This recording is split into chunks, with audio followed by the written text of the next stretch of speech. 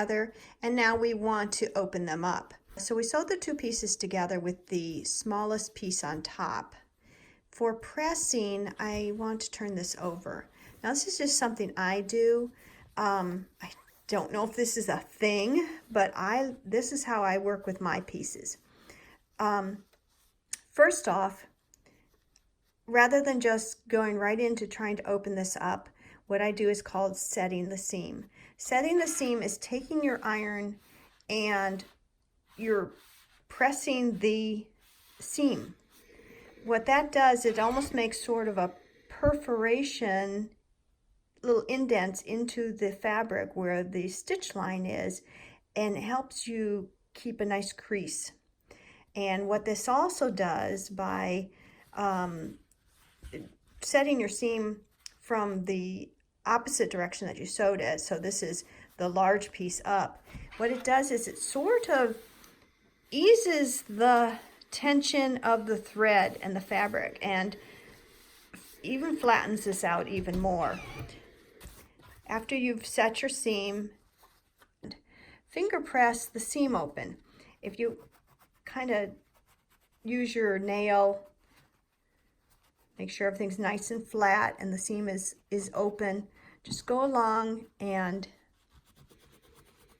open this up before you do any pressing. Okay, this is just finger pressed open. I, with both my hands, opened up this seam so it's laying flat. I can feel it with my fingers as I go along, and I sort of use my nail to help kind of score that down. Now what we want to do is press, and by pressing, I don't mean pushing the iron across this piece, because what's going to happen on this bias edge and this bias edge, you could add distortion into your block. Now we have a straight edge, straight grain here and here, which is great, helps hold our shape, but we don't want to introduce distortion into this because we still have another piece to sew on before it's all contained within straight edges here. So by pressing means going up and down with the iron. And since we've already finger pressed these open, we don't have to have our fingers in the way. We already have manipulated that seam open. So go ahead, I'm not pushing this around, I'm just pressing it up and down. And that's our initial pass. You can turn it over. I do have steam on my iron, although my water's getting low, so I don't know how steamy it is. And again, I'm just going to press this. Now I can go ahead and, yeah, this looks a little wrinkly, but it's not wrinkles sewn in. You can see how straight that seam is. It's wrinkles just from either from pressing or wrinkles that just were introduced into it when I was sewing, but they're not on the seam line. That's a very smooth seam line. I can get this out later once the block is all squared up and I have this other side on here. And this goes for if you have the other shapes as well. Like here, I'll pull this one down. If I had something like this, it goes for this. Now this is straight edge here. This was my curve. Here's the back side of it. Okay, so you've got your blocks sewn together for your hold tight baby quilt. And you'll have a couple of types of blocks. One will have a shape A and B, and another type will have a two B's and one C. So for squaring them up, the PDF pattern comes with a squaring up template. So you'll want to make yourself a template. I use Dritz heavy duty template plastic. Go ahead and just put the plastic right over the PDF pattern and use something like a Sharpie. Go ahead and transfer all of the marks. And the marks include the 1/4 inch seam allowance all the way around the square, and the seam for the curved piecing. So, and these blue pieces that you see here, what that is washi tape. I've just taken a piece and rolled it on itself so it makes a double-sided sticky tape, and I put that on the back of the template so it adheres to the block and doesn't slide around when I want to cut. So go ahead and to square up a block. On this case, we only have one seam line to line up, and that's this curve here. And if you line that up, I would do a visual check just to make sure that you have plenty of material all the way around to give you that 1/4 inch seam allowance. Chances are this corner here on this A piece, which is your straight lines here, are going to be true, because if you cut your pieces true to begin with, this probably has not had much distortion introduced into it. It's pretty much remained the same. I can see here I have just a tiny bit I'm going to need to trim right there.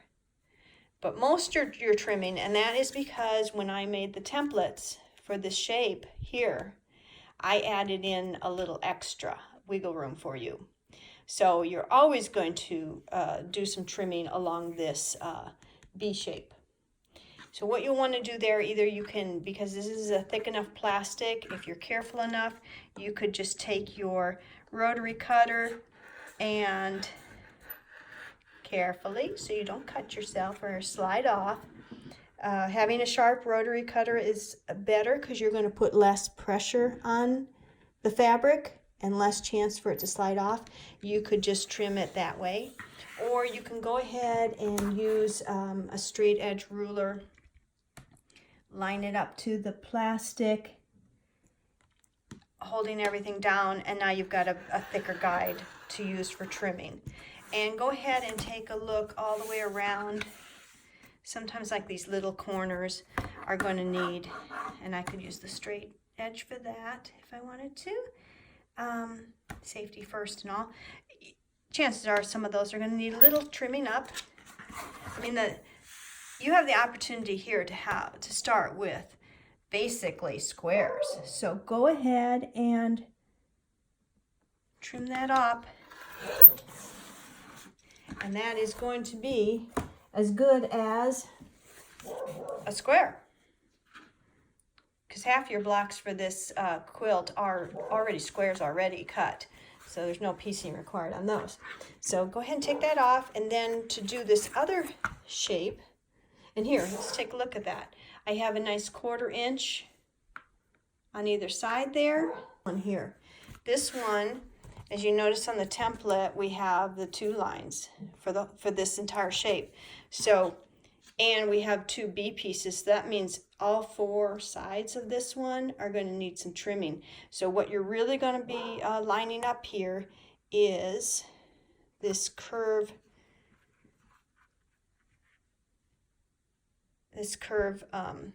Go ahead and make sure the points match there and the points match there. Of course, there could be some slight variances. That's just due to sewing.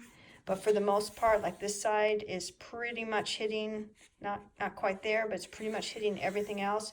So that's going to be your good guide for, and I'm going to push it down just to make sure it doesn't slide. So now you see all 4 of these edges are going to need to be trimmed to some extent. I have still a really good 1/4 inch seam allowance all the way around here. Everything is, going to be fine. So go ahead and just like you did before, except this is going to be on all sides, go ahead and make your trims. The nice thing with this template being in place, if you rotate it, you know you're not going to shift anything. Let's take that off.